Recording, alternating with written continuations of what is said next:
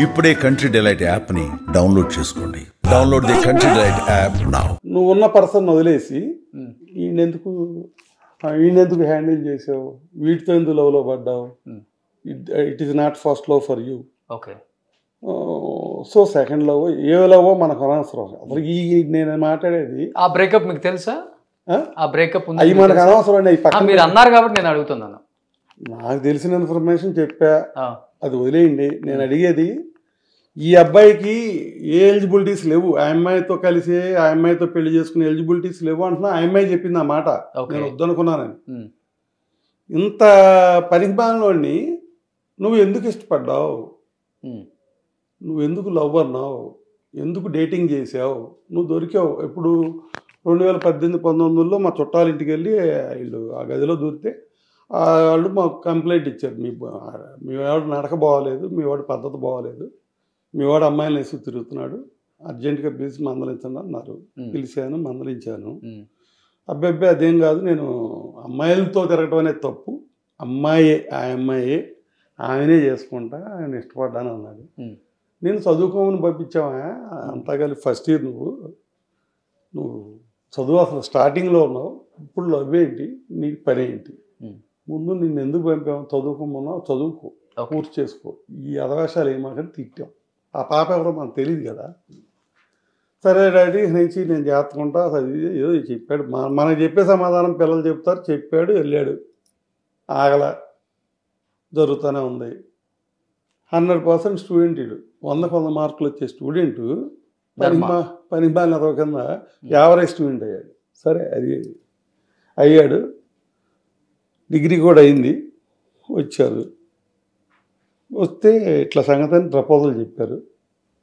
నాకు ఇష్టం లేదని చెప్పాను మా అబ్బాయికి. సరే ఇప్పుడు ఎవరు ఎంక్వైరీ వాళ్ళు చేసుకుంటారు కదా, మా గురించి వాళ్ళు ఎంక్వైరీ చేసుకుంటారు, వాళ్ళ గురించి మేము ఎంక్వైరీ చేస్తాం కదా. దీంట్లో నేను వద్దని చెప్పాను. తర్వాత ఆ పాప వాళ్ళు కూడా వచ్చారు. నాకు 2 పిల్లలు, వీటికన్నా 6 ఏళ్ళు పెద్దది మా అమ్మాయి. ఆ పాప పెళ్లి చేయాలి కదా, చేసేది చేసుకుని మాట్లాడదామన్నా మా అబ్బాయితో, అది వాళ్ళతో కాదు. వెళ్ళిపోయారు.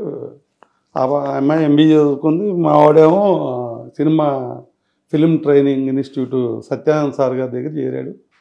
మళ్ళీ అయిపోయింది, ఆ ఐటమ్స్ కూడా అయిపోయాక మళ్ళీ వచ్చారు. వస్తే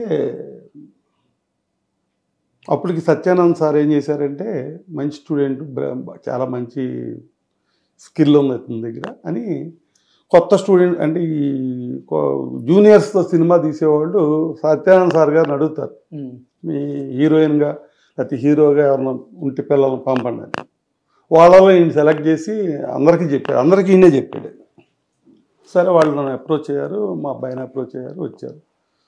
సరే చేద్దామంటే చేద్దాం అనుకున్నారు. సినిమా అయిపోయింది. వీళ్ళు వచ్చారు కదా, ఈ పాపను పక్కన కూర్చోబెట్టుకుని, అమ్మ వద్దమ్మా,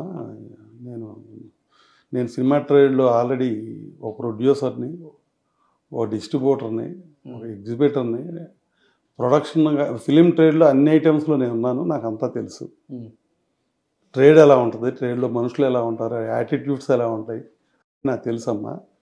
ఆ ట్రేడ్లో కనుక వెళ్ళేదక్కైతే నువ్వు చేసుకోవద్దని చెప్పి, వద్దు నీకు అని, వీడి వల్ల ఇబ్బంది వద్దు నీకు, వాడు తప్పు చేస్తాడని నేను అన్నాం, తప్పు చేసినా చేయకపోయినా కూడా ఇబ్బందే.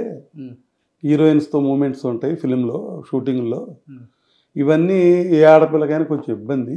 మోర్ ఓవర్ ఇంకోటి ఏంటంటే, ఇది చెప్పింది ఎండో కాబట్టి నేనైతే వీడికి సర్టిఫికేట్ అవ్వను, నీకు ఈ అబ్బాయి సూటబుల్ కాదు, నువ్వు మానే. మోర్ ఓవర్ అమ్మాయి పెద్ద అమ్మాయి కదా, జనరల్గా ఈ అబ్బాయి కన్నా వయసులో కూడా పెద్దది కదా, సీనియర్. జనరల్గా పిల్లలకు పెళ్లి చేసేటప్పుడు మ్యాచెస్, అరేంజ్డ్ మ్యారేజెస్లో మ్యాచెస్ వస్తాయి. పిల్ల పెద్ద అంటే అసలు దాన్ని 1 మినిట్లో కట్ చేసేస్తారు ఎవరైనా. ఆడపిల్ల పెద్దదనగానే కట్ చేసేస్తారు. అది పూర్వీకులు జనరల్గా ఉన్న సైన్స్ ప్రకారం ఆడపిల్లలకి మెచ్యూరిటీ, బ్రెయిన్ మెచ్యూరిటీ ముందు వస్తుంది, బాడీ మెచ్యూరిటీ ముందు వస్తుంది. మగపిల్లలు అంత ముందు రాదు, మేల్లో లేట్గా వస్తుంది మెచ్యూరిటీస్. అందుకని గ్యాప్ పెట్టారు. మగవాడే పెద్దవాడు అయి ఉండాలనే దానికి అది పెట్టారు. సో అది సైన్స్ పక్కన పెడితే నేనేంటంటే మరి వాళ్ళు ఇద్దరు ఇష్టపడతాం, ఇష్టపడిపోయాం తప్పదన్నప్పుడు వాళ్ళ పేరెంట్స్ కూడా ఏమన్నారంటే, మ్యాచ్ పోస్ట్పోన్ చేయమన్నప్పుడు సార్ మాకు వేరే సంబంధాలు పెద్ద పెద్ద సంబంధాలు వస్తున్నాయి మా పాపకి, మరి మీరు పోస్ట్పోన్ చేస్తే మాకు ఇబ్బంది కదా, ఆ మ్యాచెస్ పోతాయి కదా అన్నారు. అట్లా వద్దండి, ఏదైనా మంచి మ్యాచ్ వస్తే మీరు వెళ్ళిపోండి, మ్యాచ్ చేసేసుకోండి పెళ్ళి, నాకు అదే కావాలి ఇంటర్నల్గా లోపల. సో బయటికి మర్యాదగా మీకు మంచి మ్యాచెస్ వస్తున్నాయి అన్నప్పుడు వెళ్ళిపోండి అని చెప్పా. కాదండి వాళ్ళిద్దరు ఇష్టపడ్డారని మేము ఆగామన్నారు. అక్కర్లేదని చేసుకోండి అని చెప్పా. కాదు ఆగుతాము, సరే ఆగారు. ఈ ఇష్యూ జరిగితే మళ్ళీ పోస్ట్పోన్ చేశారు. పిల్ల పెళ్లి సెటిల్ అవనండి, కొంచెం పాప చేద్దామని. నా ఉద్దేశం ఏంటంటే ఇది చిన్నపిల్లల వయసులో రెండు ఉంటాయి, అట్రాక్షన్ ఉంటుంది లేదా లవ్ ఉంటుంది, ఇంకేయో కారణాలు ఉండొచ్చు కదా. ఏ కారణం చేతైనా ఎట్టగొట్టేళ్ళని విడదీయాలంటే మనం పోస్ట్పోన్ చేయాలని చేసుకుంటూ వస్తున్నాం. చేస్తే మళ్ళీ వెళ్ళిపోయిన తర్వాత మా నాన్ని వాళ్ళ ఇంటికి తీసుకెళ్ళి ఆడ బెడ్రూమ్లో పడుకోబెట్టుకుని మొత్తం కాపురం చేసేస్తున్నారు వాళ్ళిద్దరు. కాపురం జరిగిపోతుంది, మేము పెళ్లి చేయకపోయినా, పెళ్లి కాకముందు శుభ్రంగా జరిగిపోతుంది.